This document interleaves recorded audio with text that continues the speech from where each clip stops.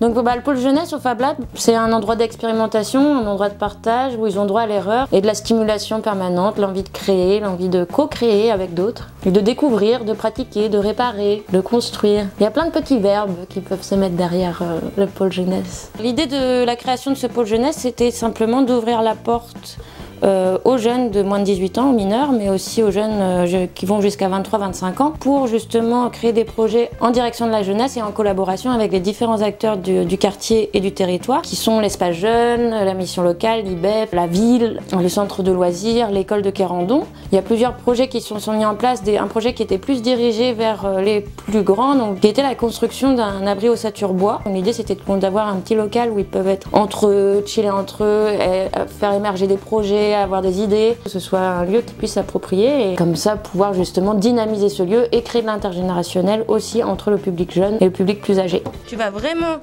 être perpendiculaire et c'est parti, on y va. Ensuite, il y a un autre projet en cours qui est donc le projet des voitures programmées pour les 9-14 ans qui est plus sur la construction d'un jouet qu'on aura fait soi-même du début à la fin. C'est mieux de faire soi-même parce que toutes les voitures télécommandées que j'ai achetées, elles marchent plus.